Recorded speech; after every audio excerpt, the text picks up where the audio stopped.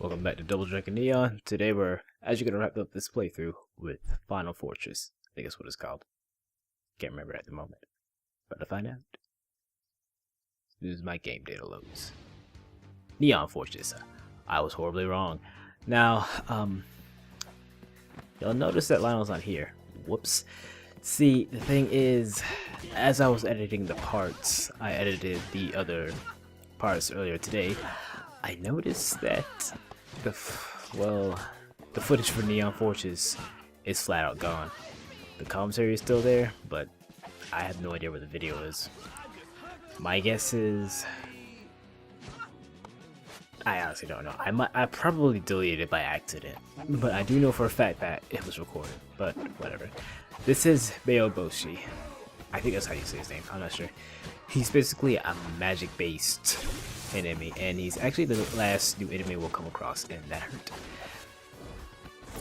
He likes to teleport all over the place, call lightning, cause explosions. But he also does attack with his staff. But other than that, he's not too much of a threat. I say that as I take pot shots from him. Okay. There you go. Now notice I'm fighting slightly different than how I did when I was playing with Lionel.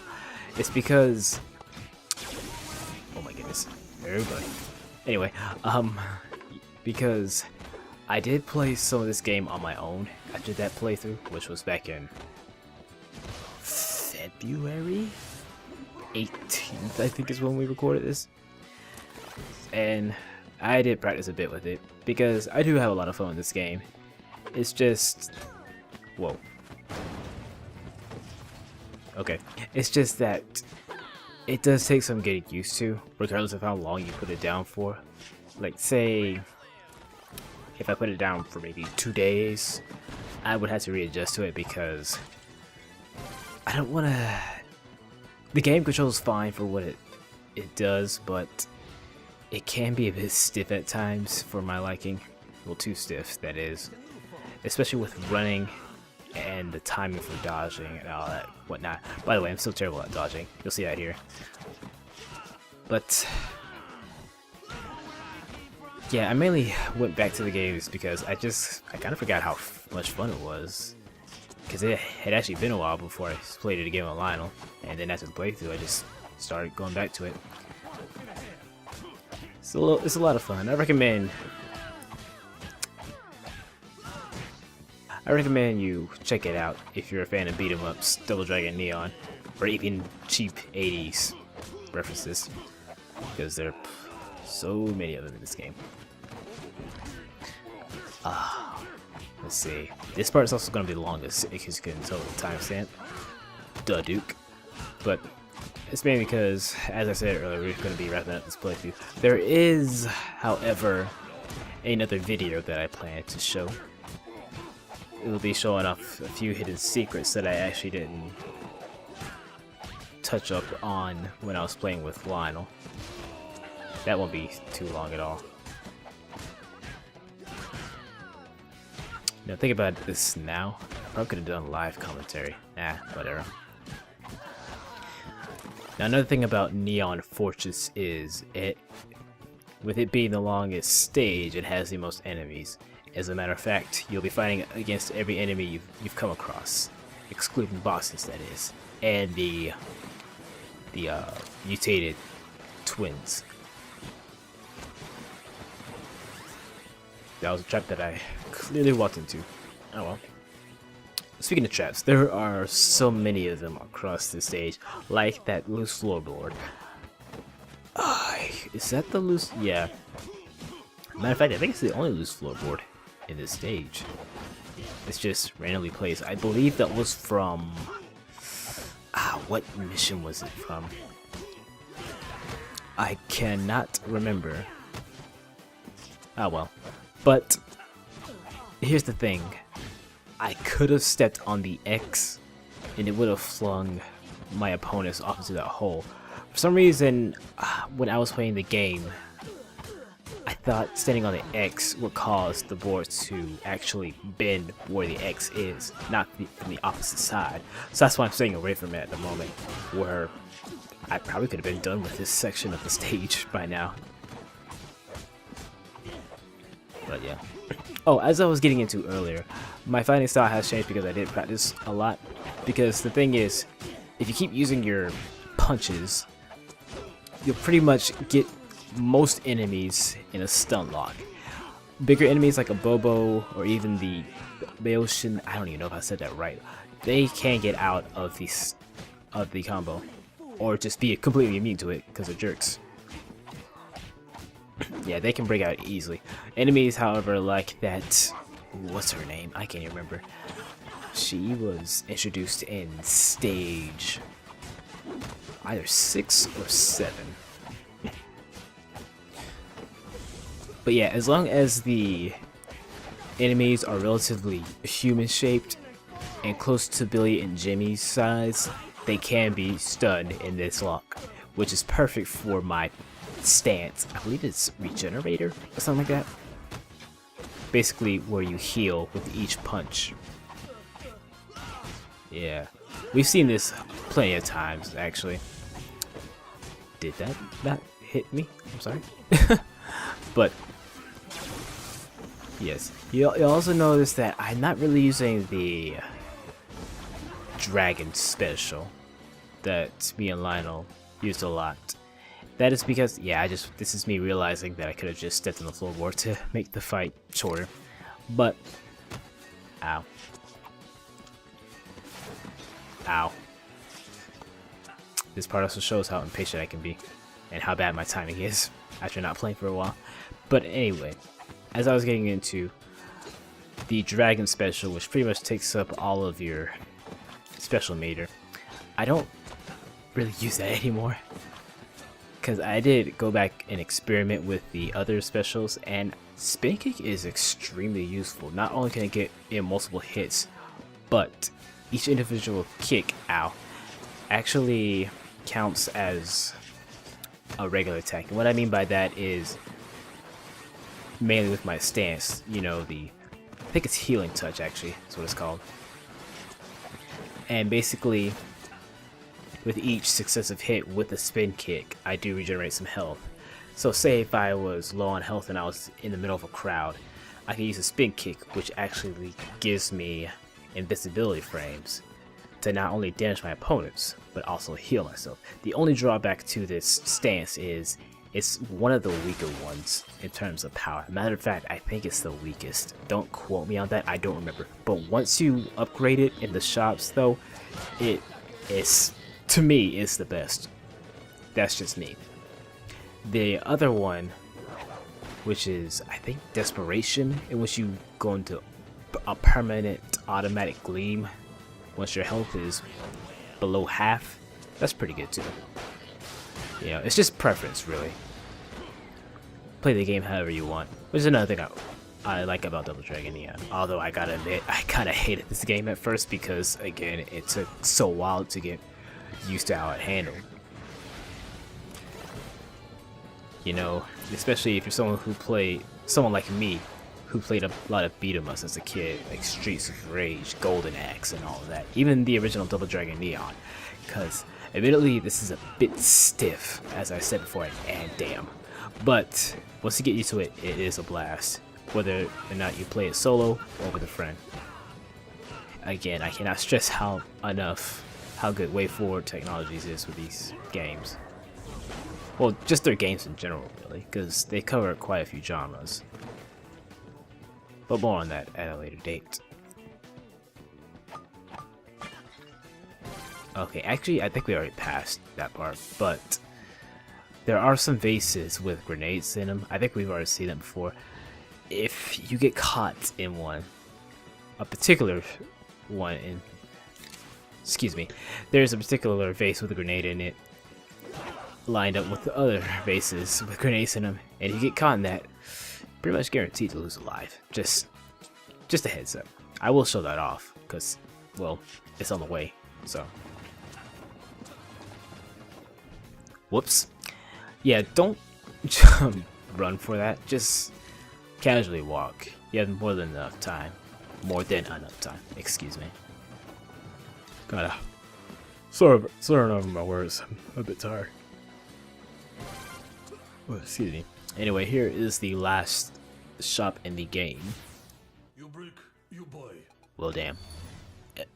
Did I just exit the shop? I'm sorry. Why did I do that? Dragon in China shop. Okay. Anyway, I buy some stuff, extra lives. Now, the reason I'm doing this is because there are actually two extra bosses. Not two extra bosses, just two bosses, excuse me, in this stage. The first one, he can pretty much wreck my shit, not gonna lie. I am terrible at the first boss. The second one is technically difficult in terms of power, but I have an easier time with the second boss than I do with the first boss. But more on that later. We've got a way to go. So yeah, I stocked up on extra lives, although to be honest, I didn't really need to do that because we're gonna find plenty of extra lives on the way to the extra boss. So I would advise you to buy some more tapes if you're not already maxed out. Vandalism for the win.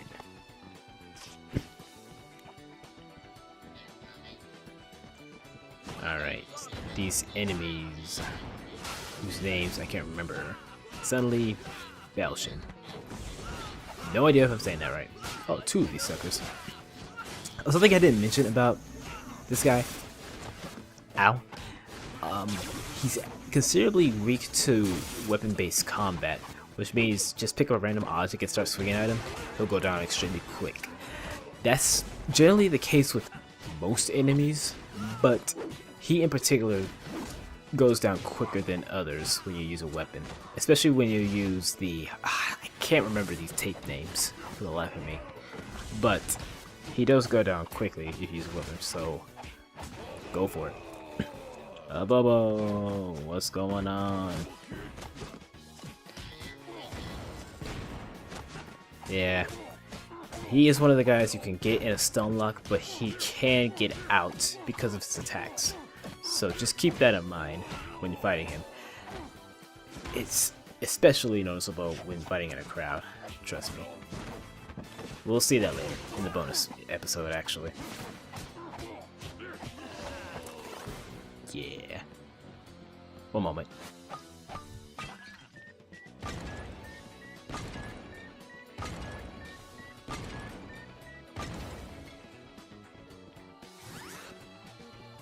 Okay, so yeah, as you just saw, that was the line of grenades. I actually did get caught in that when I was playing with Lionel, so he got a good laugh and a half. I was just like, eh. Immediately though, it is kind of funny just seeing your character be defenseless, just in an endless stream of explosions.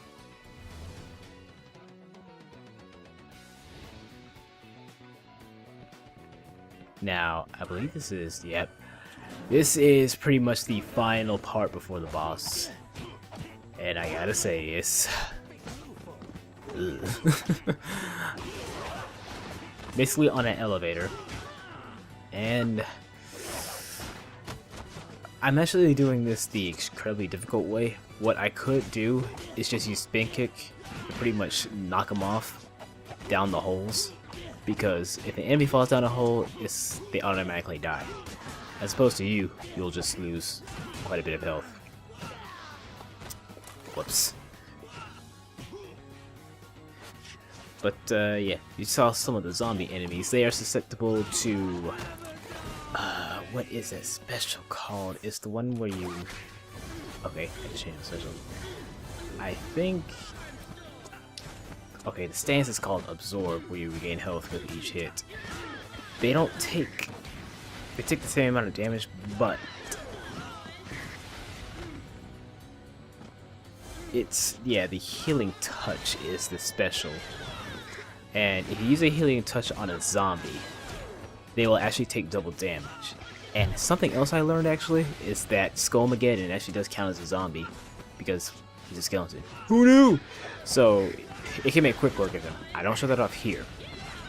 I will show it off, however, in the bonus episode. I will show off the entire battle because just want to keep things going. I hate these enemies.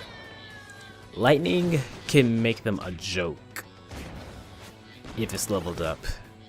Unfortunately, I did not level it up, so it's still gonna do a decent amount of damage, but it's not gonna knock him out.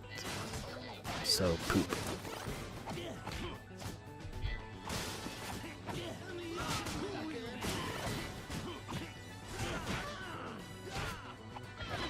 Also, something to note is that not only can your specials be upgraded, but your stances as well. I believe that's what they're called.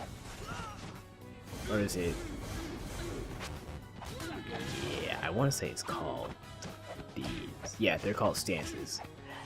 And well, when you increase your, what is it, absorb, you not only increase the damage output from yourself, but also the amount you gain back. Like, if I upgrade this once, I think the amount I get back in terms of health is 8 as opposed to 6.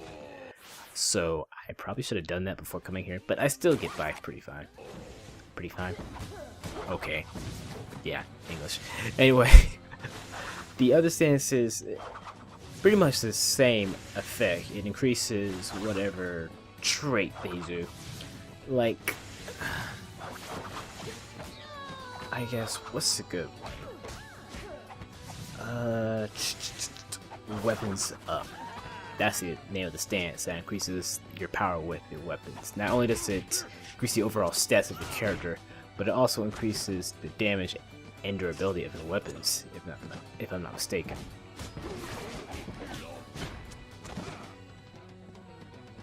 So there's that. And spin kick, spin kick. There you go.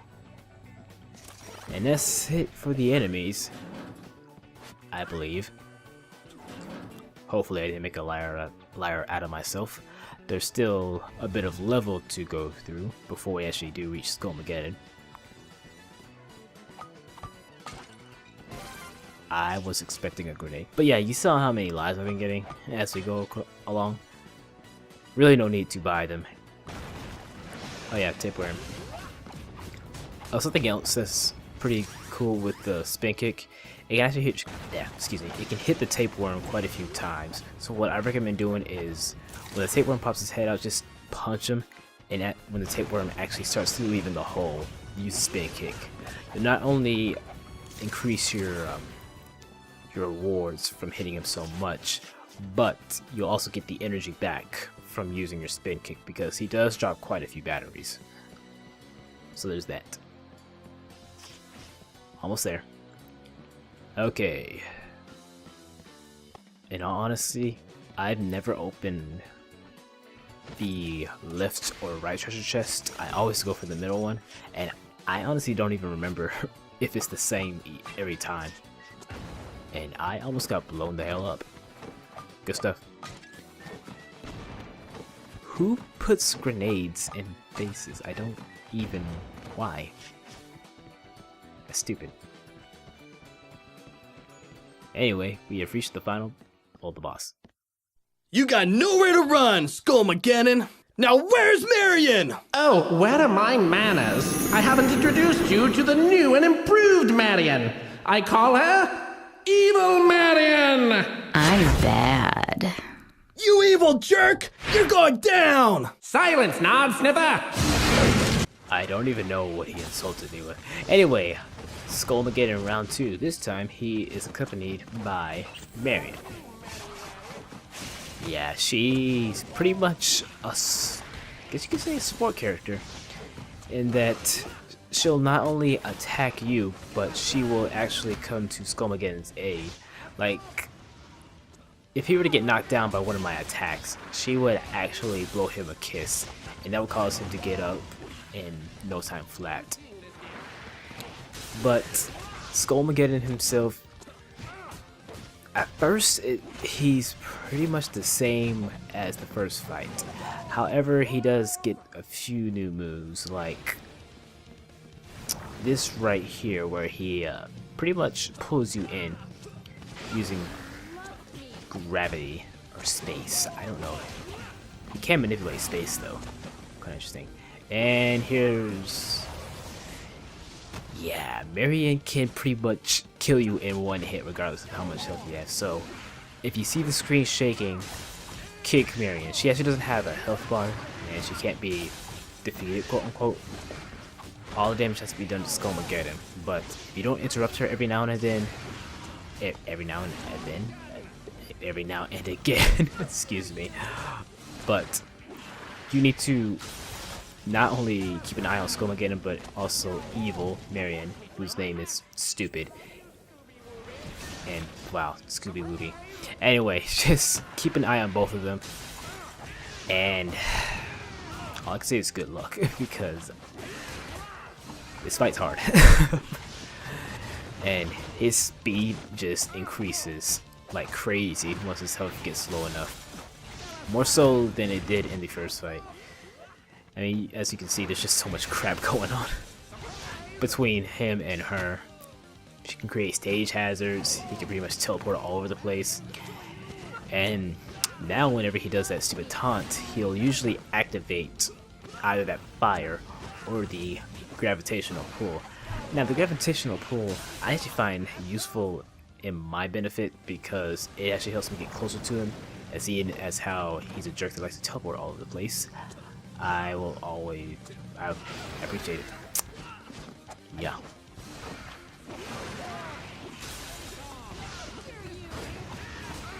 And sometimes he won't even use it. Well, activates some kind of move when taunting.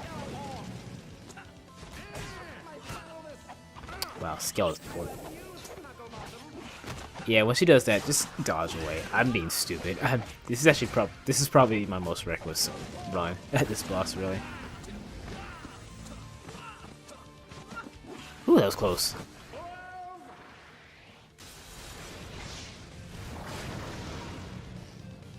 Am I going to be stupid and try to go for Marion, even though she's not gonna screen nuke? Yep. And that does a crap ton of damage as well. Wow, I just realized something. Him pulling out the sword causes damage as well. I mean, that's kind of realistic, but still. Man, this sucker hits hard.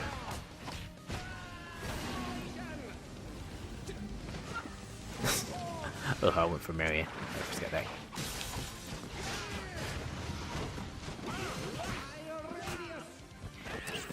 But yeah.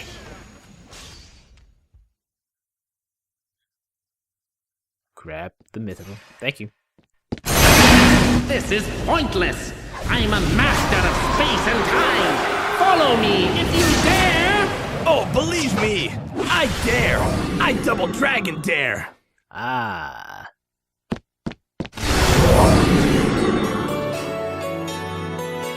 I'm finally free! Ugh, you don't want to know what I've just been through. But he's gone now. I'll use the power of love to send you after him. Wicked! Oh, and, I'm pretty sure human bodies can't survive this transition, so, What? it'll be fine. Just go!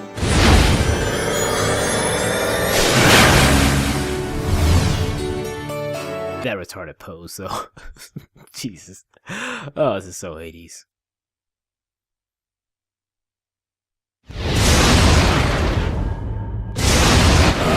I feel different. Well, no turning back now. Alright. So, the final stretch of the game. You turn into Robro thanks to the power of love. And your stats increase phenomenally. Basically, you get a massive stat boost, as we'll see with some of the enemies that we have to fight against. Something I didn't do during the boss fight, which I should have done, is Spin Kick is good against Skullmageddon. Spin Kick is good against everything, in my opinion. But I should have used the healing touch because, as I said earlier, he's a zombie, technically. And that would have done a lot of damage. And also helped me out of certain situations where my health was low. Oh well. But anyway, Robro. When you're in this form, One hit kill to every type of enemy, except for one boss we'll fight against. I think you get a defensive boost as well.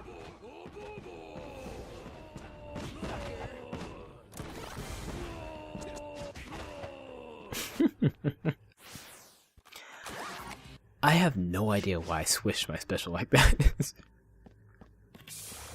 But anyway, here's the final boss. You've taken my pride, you scrapped my rocket dojo, laid waste to my laboratory, broke my televisions, and murdered countless Williamses. All I wanted was a date. This ends now!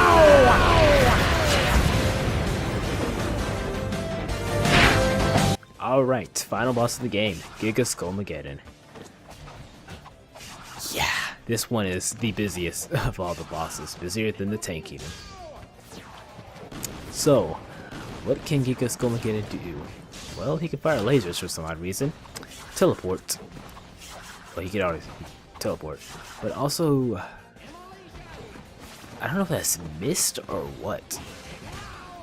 But the thing with Giga Skullmageddon is, to me personally, I think he's a lot easier to counter than his regular form, which is why he's easier in a sense to adjust to, but in terms of power, he's definitely stronger than he was in his normal form, no doubt about that. However, I never struggled with this boss fight. Matter of fact, the first time I ever got to Neon Fortress, when I fought Skullmageddon the first time along with Evil Marion, I got a handful of game overs actually, because I don't know, he just seems a lot more sporadic in that form. But here though, although he's faster, stronger, better, bigger, I think it's a lot easier to just adjust to how he reacts. Well, not react, but basically fights. Granted, he has a hell of a lot more health, and this is probably going to be the longest boss fight in the game, but that's just me. People may think he's one of the harder bosses, people may agree with me. The point is, Anyway, I guess I can go into what he does. He can shoot waves of skulls. We saw earlier that he can basically, oh, I got lucky, but he can basically go to the center of the stage and rain down random objects. Now that can actually work to your benefit. Matter of fact, I think it's being shown right here. Yep, you can rain down power-ups, healing items, even one-ups.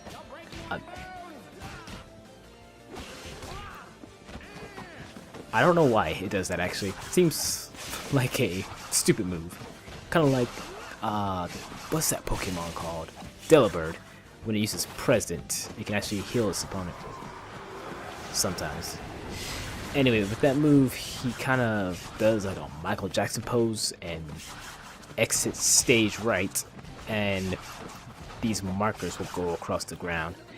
If for some reason you're on one of those spots, because to be honest, that's one of the easier moves to dodge, he will pretty much destroy you, because that does hit for a lot of damage. Yeah, it's kind of sporadic what calls forth when he stands in the middle.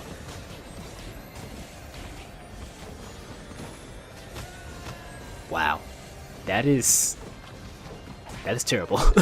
Wow. And I was in a stun lock, so I can't even do anything.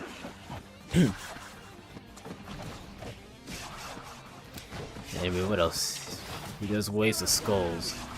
Oh yeah. If he does hit you with one of his basic swings, he'll get you caught in a combo, which is close to a one-hit kill. Basically, if you're not good at dodging, you're pretty much screwed. Granted, I'm still not good, but I'm competent, which is good enough in this case. This move is relatively easy to dodge as well. Just gotta pay attention to the first attack, or first wave of whatever he fires. Sometimes it's not a wave either. Sometimes he'll just shoot one massive skull. probably say that later. Suddenly, blades with rockets. Oh, I just caught that terrible pun, Skullmageddon. You're fired. But this can also work out in your benefit as well, because the skulls that get not skulls, the blades that get destroyed can also drop items.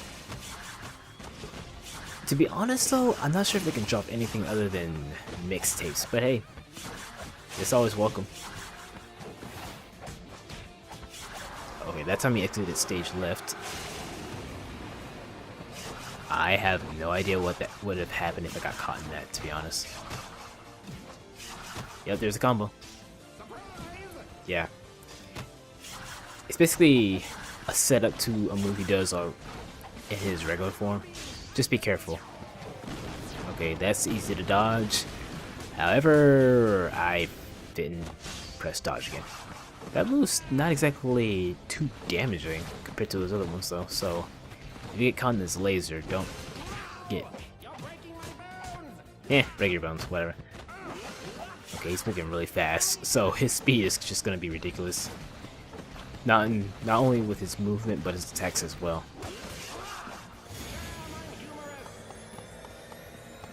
Huh, he helped me twice. Yeah, we're getting close. Ow. Ow. That's not a surprise. Ow.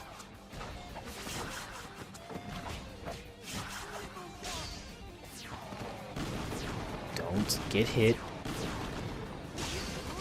There you go. What do you say?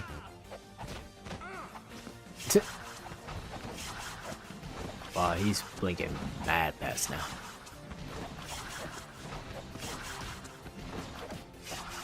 He's almost dead. He teleported mad far. I probably won't even make it to him. For some reason I started running. I'm not sure why.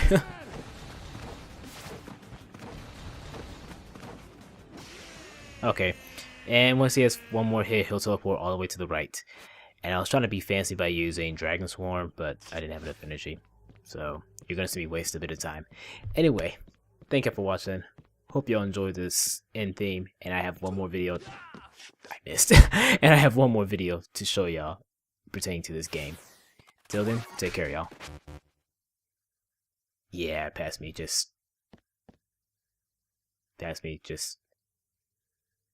Oh my gosh. Okay, bye.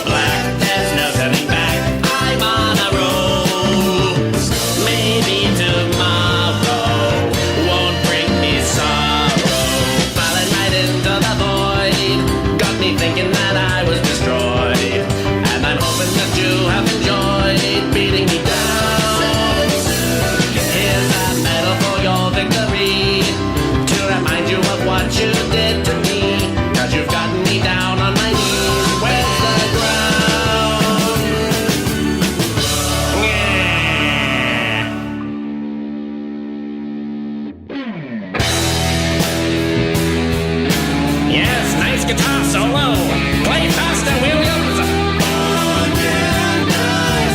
It's a medal of drums. Please remember all the friendship I brought into your